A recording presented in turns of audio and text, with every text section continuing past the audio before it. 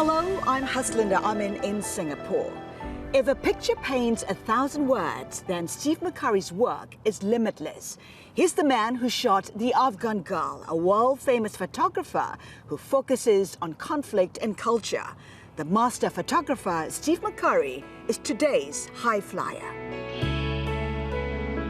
Born in Philadelphia, a child of the 50s, Steve's life through the lens has captured some of the world's most iconic moments. From the time he stepped across the border into Afghanistan before the Russian invasion, to his famous work, The Afghan Girl, a portrait of a preteen, her life frozen in time. From Beirut to the Gulf, Steve McCurry has seen the worst of what the world has to offer. And he was there too when the Twin Towers came down.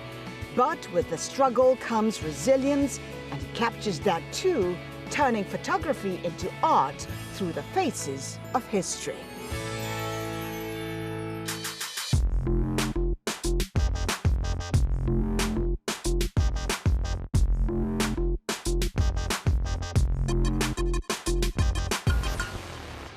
Steve McCurry, welcome to High Flyers. It is a pleasure to have you with us today. Great to be here. Now, you took up photography seriously because you wanted to see the world. You left a job at a local publication because it was beginning to be boring. You bought a one-way ticket to India and never looked back. I needed a job. I needed a way to kind of get moving in photography. So I ended up working for a very small suburban newspaper. And the assignments were not great. There was no way to really advance in this newspaper. So I just decided that I just had to take drastic measures, and I quit, got that ticket to India. I wanted to travel. You were in your early 20s. Yeah, I was in my early 20s, and I thought, you know what, I got to go for this. If I don't do it now, I'm just never going to happen.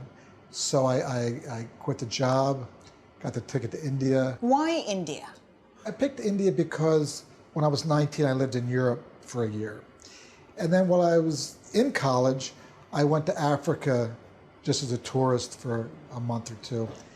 And another year in college, I went to Latin America. So when it came time to like, well, where do I start? I wanted to go someplace new. And at that time, 1978, Soviet Union was not easy to travel in. China was not that easy, but India was open and fascinating, incredible culture. At what point did you know that it was more than just a passion, that there was something big? I think that as I was traveling around India and Nepal, I decided that this was really what I wanted to do sort of for the rest of my life, if I could make it work kind of economically, because you need money to live. But it was once I went into Afghanistan, once I started to be able to actually place those pictures I was making in major publications, then I thought, okay, now it's actually happening. I can actually work, make some money, and actually pay my way in the world. And the validation came because, you received a lot of awards. You were the first recipient for the Leica Hall of Fame. You were Magazine Photographer of the Year. But the life-changing, perhaps, was the Robert Capa Award for you. Yeah, the Robert Capa Award was the first award as a kind of in my career. And it's a very prestigious award. And I felt it was kind of like an out-of-body experience, why they chose me. But I was very honored and humbled, and I thought, now I can really see that I can make a go of this profession. You're a master photographer, one of few master photographers in the world. When you talk about photography, is it innate? I mean, must you have something special to produce, that's something special, or can you be trained for it? Well, I think you can learn. I think you can learn a lot. I think you can go a certain distance with just learning lighting and composition, but there's this kind of component of talent. that kicks in. And there's no guarantee of how much talent we have. You know, I mean, there's some people like geniuses like, say, Picasso or Rembrandt. But for the rest of us mere mortals, you know, you don't really know how much talent you have. So I was willing to work really hard every day. And it was sort of like, became like just a way of life where you never really disconnect. You're always kind of plugged into the, and, but I thought, you know what, I gotta, there's no, I've come this far, I can't turn back. I have to go full speed ahead. Talking about documenting, Kodak gave you the last roll of film. How did that feel? It was a momentous occasion. Well, you know, I had been using Kodachrome film, and you know, hundreds and hundreds of thousands of pictures on Kodachrome.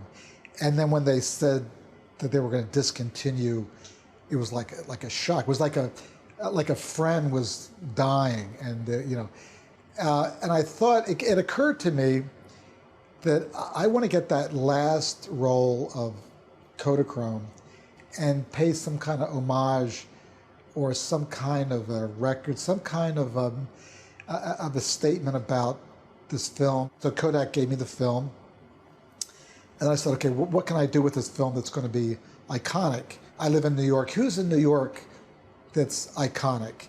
So I thought, you know, Robert De Niro was a very important New Yorker. And I thought, well, you know, India's been so important to me in my career. Let me take this role and go to India and photograph some personalities. And so I went to a tribe whose way of life was disappearing. They were nomadic, and so I photographed them. And I just went around just photographing random things that I thought were important to me in my life, and that was the project. As soon as I walked in, I noticed this one girl kind of in the corner with these incredible eyes and this really intense kind of expression, this look. And instantly I knew that this was what I wanted to photograph.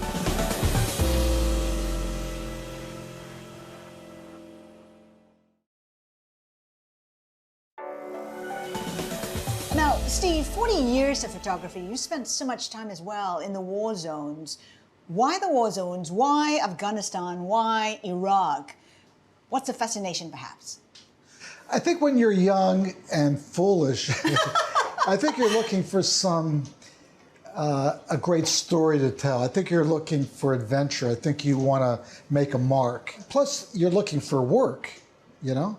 And going to a place like Afghanistan, this was an incredible, important, kind of almost a historic moment. You had these two sides locked in kind of a death struggle, people fighting for their way of life, and to go there and document, to record that, it was kind of a historical moment, being on the front row of history in a way.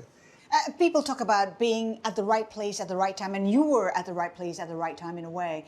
Luck, to an extent, had a role in it. It was when the Russians invaded Afghanistan, and you were there to witness it, and your stories were needed. Yeah, it was. I had already spent about 2 years in India, just wandering around looking for stories and getting to know the country. And just by, I don't know, coincidence, I went into Pakistan, up in the mountains, and I met two refugees, Afghan refugees, that were staying in my hotel, and they said, "Yeah, you're a photographer. This war is raging over the next, mountain range. We want you to come in. We want to take you in and show you what's happening, so you can tell the world what's going on." So I went in, and then I got hooked on the story because I started, seeing, becoming friendly with them, was staying in their homes. I started understanding the story because a lot of the villages had been bombed. I started seeing firsthand what was going on. So I was there for a couple of weeks, took the film, sent it back to my sister, actually, and then I decided to go back again And then I went back again and again, and it ended up going there 30 times. And you were dressed as an Afghani, and to my understanding that you also, I guess, capped your film in your turban. Well, actually, I was worried when I went, because I went in, I crossed the border without a passport, with kind of almost illegally. I thought if I get stopped and they ask me, you know, who are you and why haven't you gone into the proper channels, and they searched me, I thought, well, I better hide my exposed film. So I actually put it into, like sewed it into my garments. And then the film that wasn't exposed, I had that in my camera bag, and I was ready to give them that film and keep the film. So I was worried, after I had risked my life for that film. How challenging, how emotional is it to be a photographer witnessing the violence, the pain? Did you find buffer in your lens? I think in a way you can kind of hide behind your lens, because that's the reason you're there. And when you're looking through the lens, you're a little bit detached. You can look at sometimes terrible things and kind of frame it without, in some ways, really looking at it. Ultimately, you want to tell that story because we all want the world to be a better place. And when terrible things are happening, we want to shed light on those things so that maybe something can happen to make a good resolution of the problem. You have 800,000 transparencies in your archive, and I believe even more, perhaps. Maybe close to 1 million. Are there favorite photos that you've taken that you remember and that you're really proud of? You know, when you go out and work, every picture isn't that good, and sometimes you spend a day and you only get 1 or 2 good pictures. But I have some that I treasure, some that I think are important, some I think have historic value, artistic value. Would it include the Afghan girl with the piercing green eyes? I mean, that's iconic. The world knows that photo. Yeah, that would be in my top 10 for sure. Tell us the story behind that photo. This was a time when there were maybe 2 million Afghan refugees living in Pakistan or along the border. This was a huge kind of international story, a problem. The Russians, the Soviet Union were bombing villages. I wanted to kind of explore some of this region. And one morning I happened to be in a refugee camp, and I was almost ready to leave, and I heard these young girls in a tent, which turned out to be a school. So I went in and I asked the teacher if I had a permission and all that. I went in and I asked her if I could photograph her class. And so but as soon as I walked in, I noticed this one girl kind of in the corner with these incredible eyes and this really intense kind of expression, this look. And instantly I knew that this was what I wanted to photograph in this class. I mean, everything else kind of went away. But you didn't think it was going to be so iconic. Well, my mind was racing and kind of swirling around because I was trying to, again, photograph the class, but I was trying to figure a strategy to photograph her without her being maybe too shy. And, you know, so I was photographing the other students, and after a while, I think she started to maybe feel like she was being excluded. So then the teacher said, let this photographer take your picture. And so she sat in front of my lens, maybe a minute or two. I made a few pictures. I think part of her expression was curiosity about me, because I was a foreigner, I was dressed differently, I spoke a different language, I had this funny camera. And but you know, she had a very traumatic childhood. She was an orphan, refugee, living in this really kind of terrible camp. So she had a very difficult life, and I think that part of that trauma was, you know, you could see that in her face.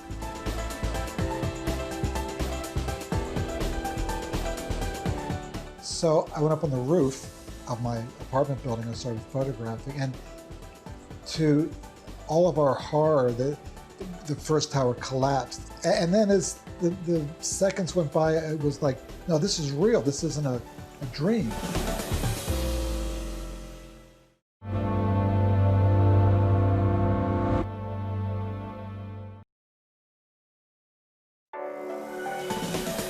Steve, in your 40 years of experience, you've seen a lot, including the fall of the Twin Towers in New York. I mean, you were one of the early ones to capture that incident. What was it like?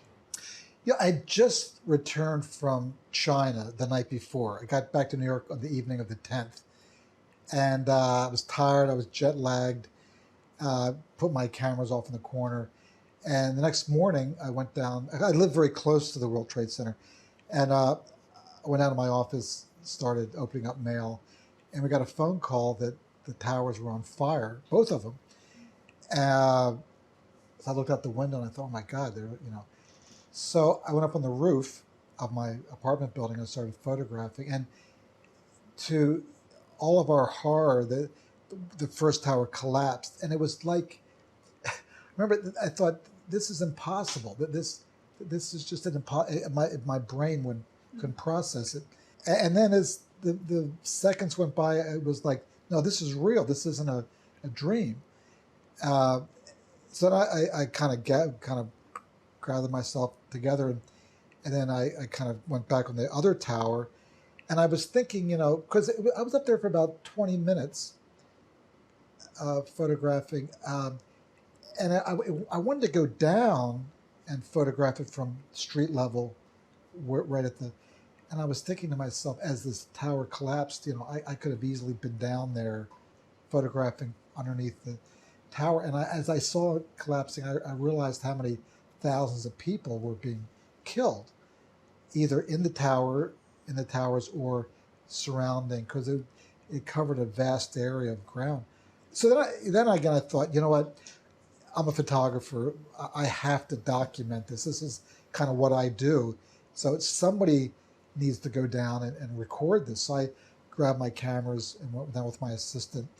And I literally spent the entire day photographing what was happening there, the rescue effort, and just this incredible pile of rubble, which had been one of the most important office buildings in our country. Do such images haunt you? Well, I think it's hard. I didn't really look at that film for about 5 years after I made the pictures. I did a quick edit, and I just put them in a drawer. I didn't even look at them because it was something which was so horrific and so disturbing. I didn't want to really have that memory. For weeks after the collapse of the towers, the smoke would come up into our apartment building, so I could actually smell that aftermath. You speak of trauma. You were also there during the Gulf War, the first Gulf War. What was that like? Well, the ground war, I went in on the ground with the soldiers. I went in the first 3 days. What was so dramatic about that was that Saddam Hussein had lit about 600 oil wells on fire, so that the whole region was under this cloud of smoke, and all these oil wells were on fire. It really was like being on another planet. This dark, even during the middle of the day, it was still like night.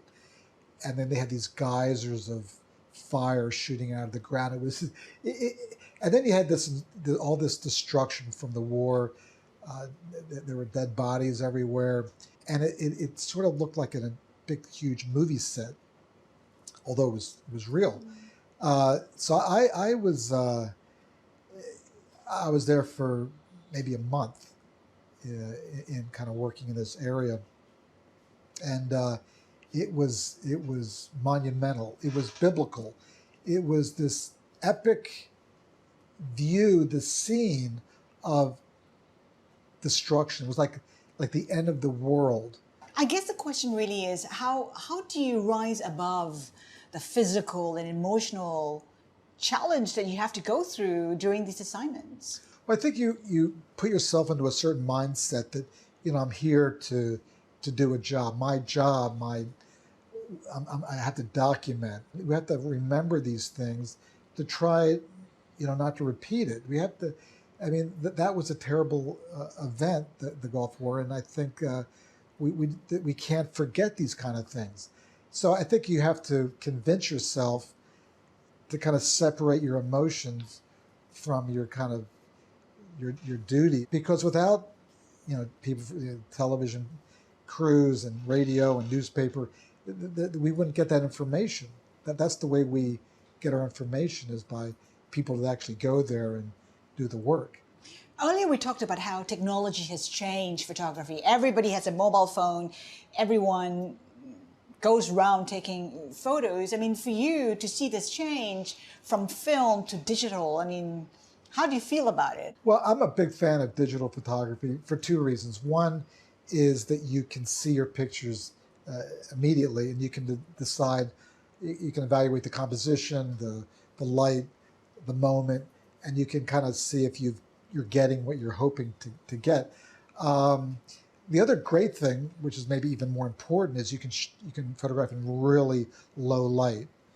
In film, you can never do that. You could maybe use a tripod or use a flash, but with digital, you can really shoot in almost, total darkness, which is a big benefit, because I love dark, moody scenes on the street or in a cafe or in a, some kind of a, temple or whatever. And the question of authenticity of photos also come in play. What's your take on that? I think that there's so many different kinds of photography. There's journalistic photography, there's fine art photography, there's advertising photography. So there's different ethics and rules that apply.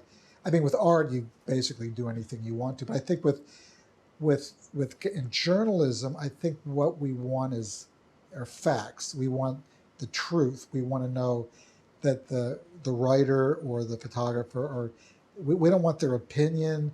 We don't want them to editorialize. Just show us what the place looks like. Whereas I think for me, I think of myself more as a poet, and it's more of a personal expression. I want to tell my story. I want to go to a place and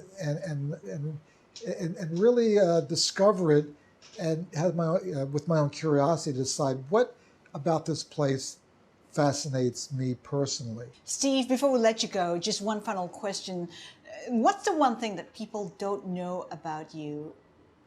I think the one thing people don't know about me now is that this old guy, this guy who should be, sitting on his porch, watching life go by, now has a 3-year-old daughter who is enriching my life and making my life so much more fun, to be able to play with her and hang out with her.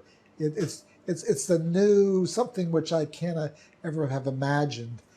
I would end up being a dad at almost 70 years old. Steve McCurry, thank you so much for being on High Fly. It's been a pleasure. Thank you very much.